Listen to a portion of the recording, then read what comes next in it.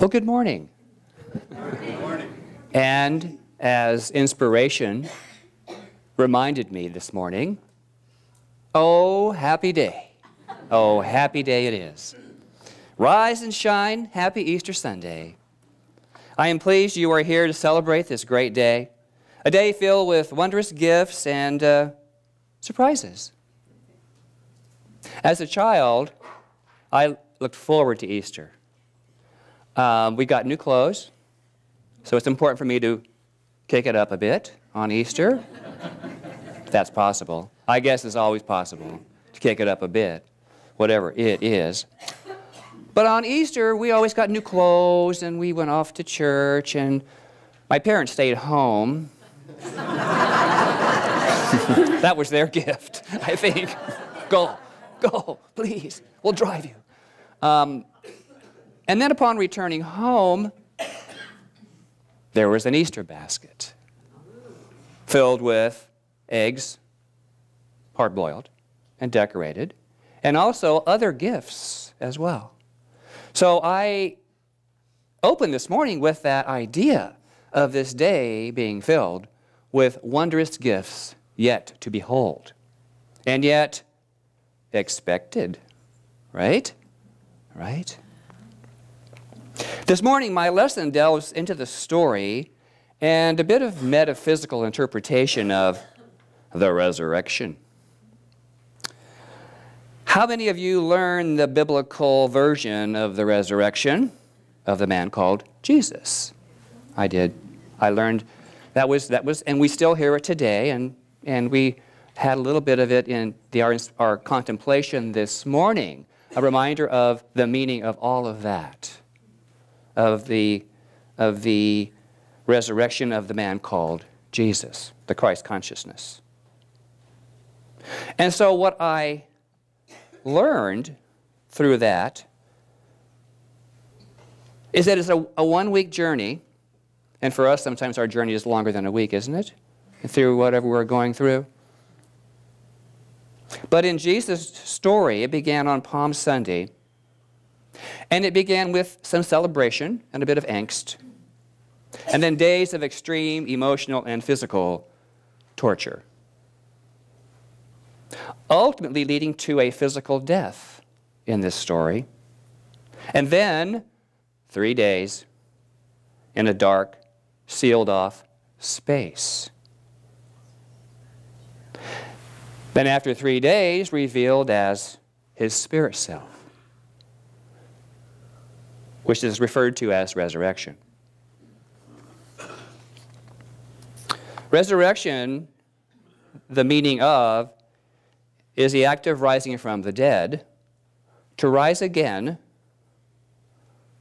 Number 3, third meaning for me today, for you, the material belief that yields to spiritual understanding.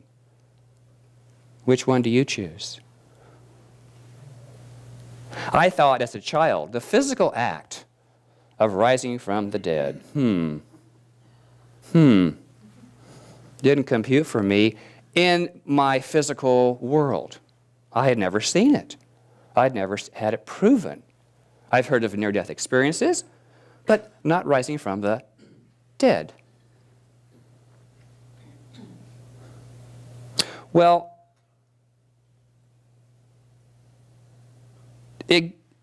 for me, it was a story of gaining greater spiritual understanding by letting go of the material world beliefs. To me, that's resurrection. Coming through what's not working for you. Coming through the angst. Coming through the torture that I have taken on in my life. Well, I've experienced the rising of spiritual understanding in others. I've witnessed myself going through this and having greater understanding.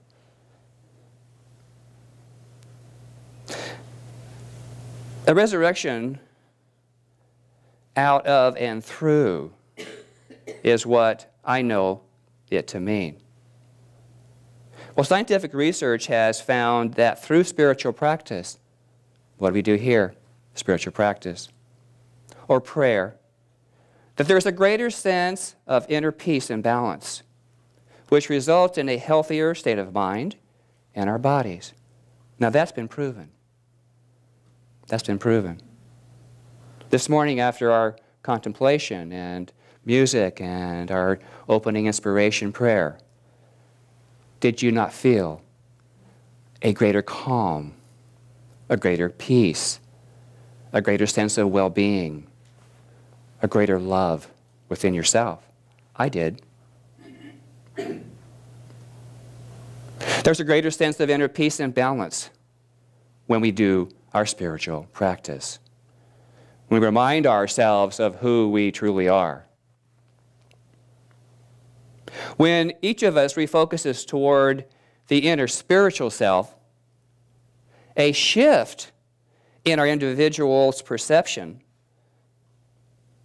happens.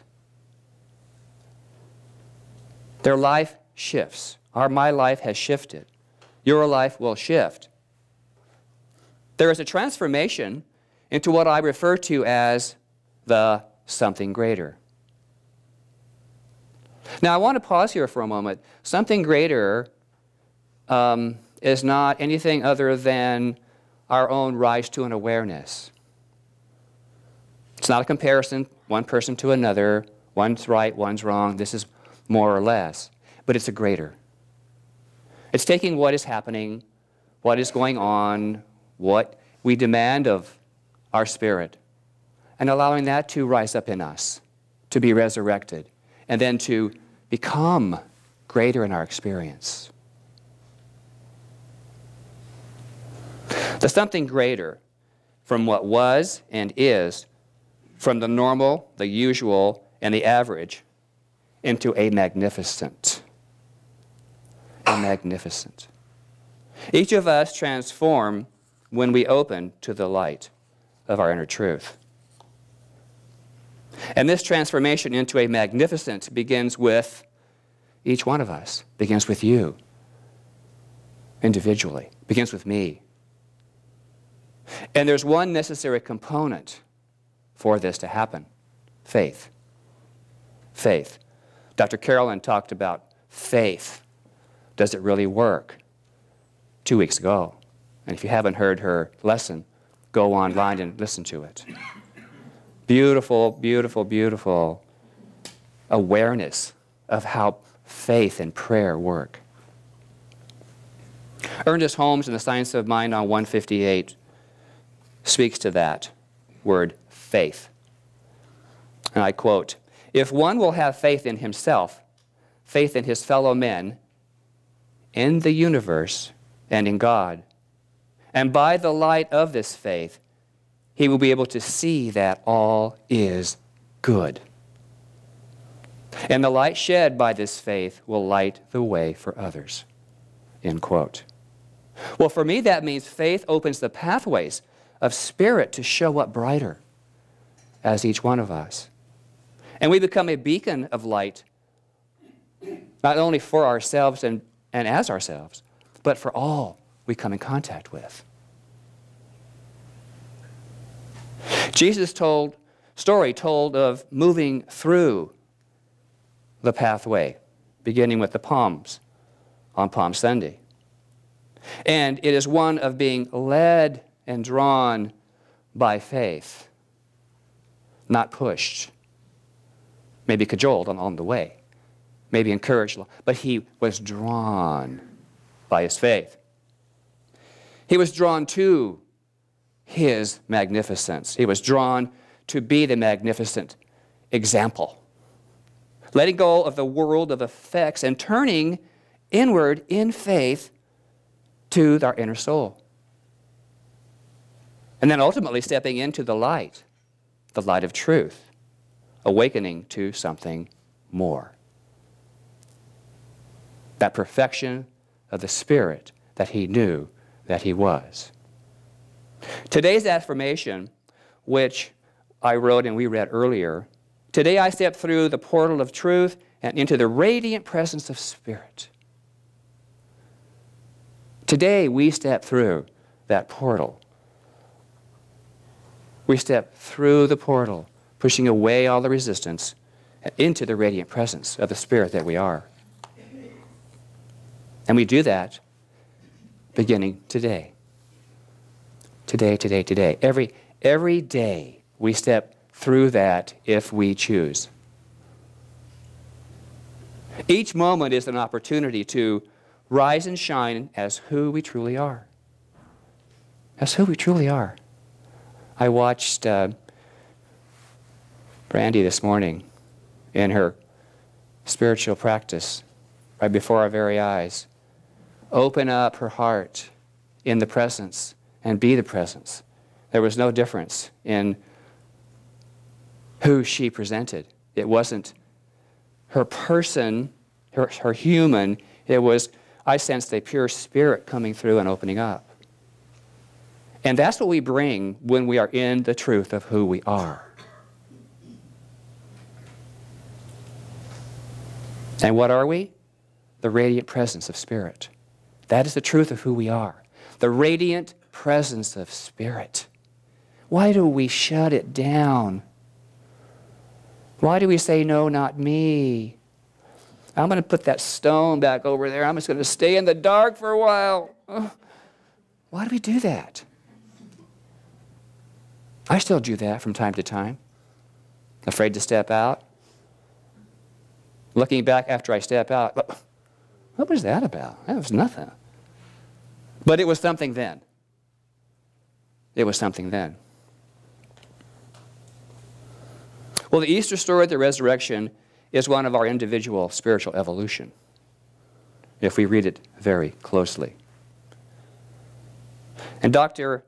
Holmes defines evolution thusly. Evolution is the time and process through which an idea unfolds to a higher state of manifestation. And since ideas are divine realizations, evolution will go on forever. So just because we evolved to here, we could stay here, but we're designed to maybe come over here, or maybe back over here. We could stay put in our thinking and our limiting beliefs. However, we are designed to evolve spiritually. Life is a process, a continuum of itself. Before I began studying the science of mind, I was led to believe that evolution happened only at the end of the human life. Anybody else? You had to die to be evolved, to be in heaven. Well, I've already been in hell in this lifetime, and I prefer the heavenly state of mind over that. Well, what I believe now and have faith in right now is that evolution is a moment-to-moment, experience-to-experience, thought-by-thought process during this human life and beyond.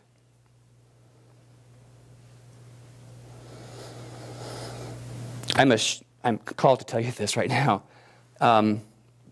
Last week I was drawn. One of my very best friends of 40 years made her transition. And I was called to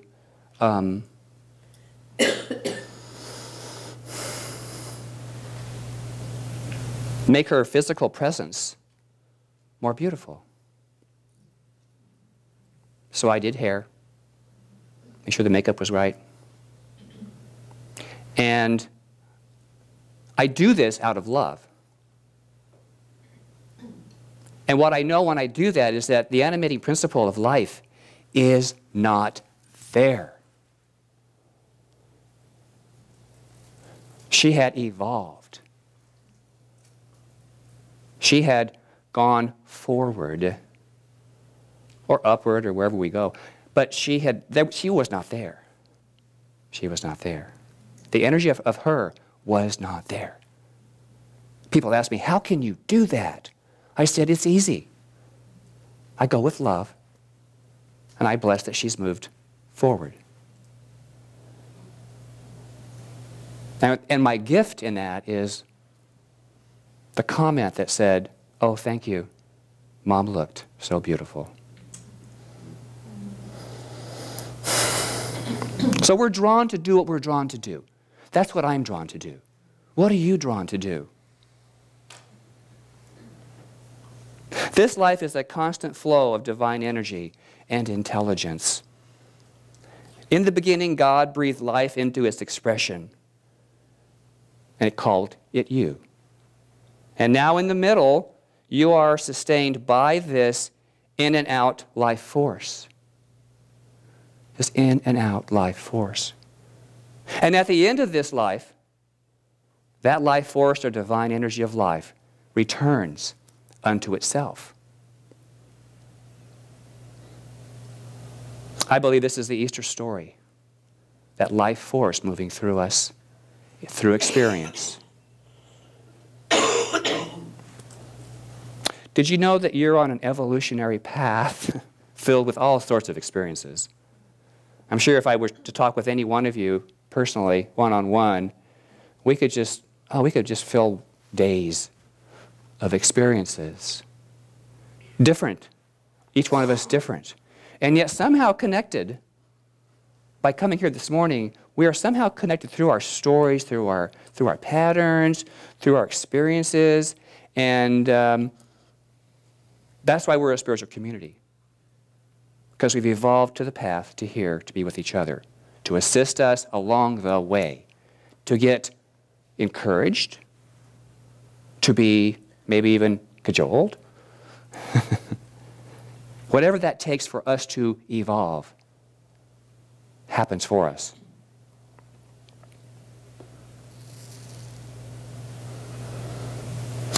When we're in this path, this pathway,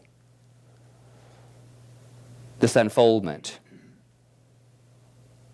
I've referred to as a state of in-between. In-between is after this and before whatever is next.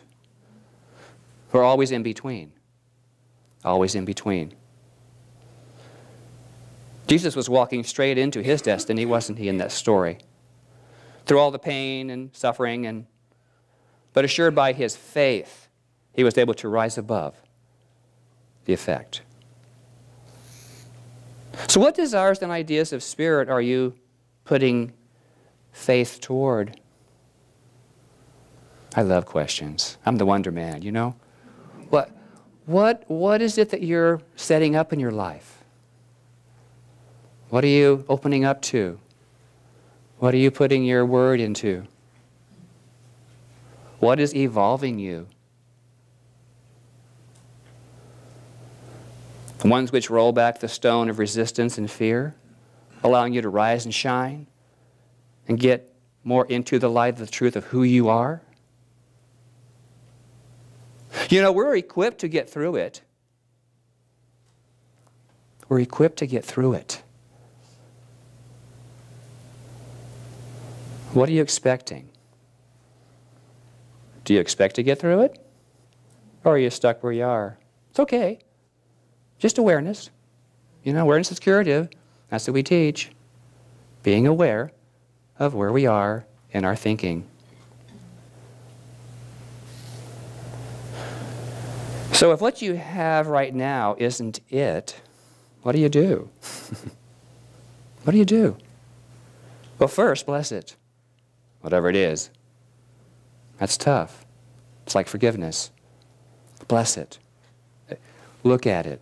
This is it. Don't dwell on it. Oh, this is it. Well, bless it. Bless your heart, as they say in the South. Well, bless their heart. Yeah, bless the heart of it. Bless the heart of it. Second, be open to infinite good that comes out of and through that experience. And look for that. Look for that. And third, move forward with a faith and accept whatever it is you would desire as here. Expect something new and great and more life encouraging for yourself. In 2 Corinthians, this is the Bible, in case you didn't know. I changed books. It states, "For we walk it by faith, not by sight. What does that mean? What's happening out here can be a distraction. All of our experience. I refer to it again, it's like in the Peanuts comic strip Pigpen. He comes with dust all around him. He carries this stuff with him wherever he goes. Maybe he can't see it, but everybody else can. But that's Pigpen. So that's the Pigpen mentality of being stuck in the path. So if we walk by faith, not by sight, metaphysically for me it means turn away from, focus in, and then evolve. I'm reminded of this statement, yea, though I walk through the shadow of the valley, I will not buy real estate.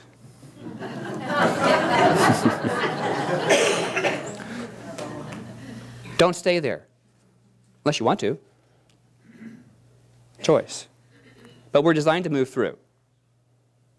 So when life appears too much to handle, turn to faith. Breathe. Breathe. And keep moving forward.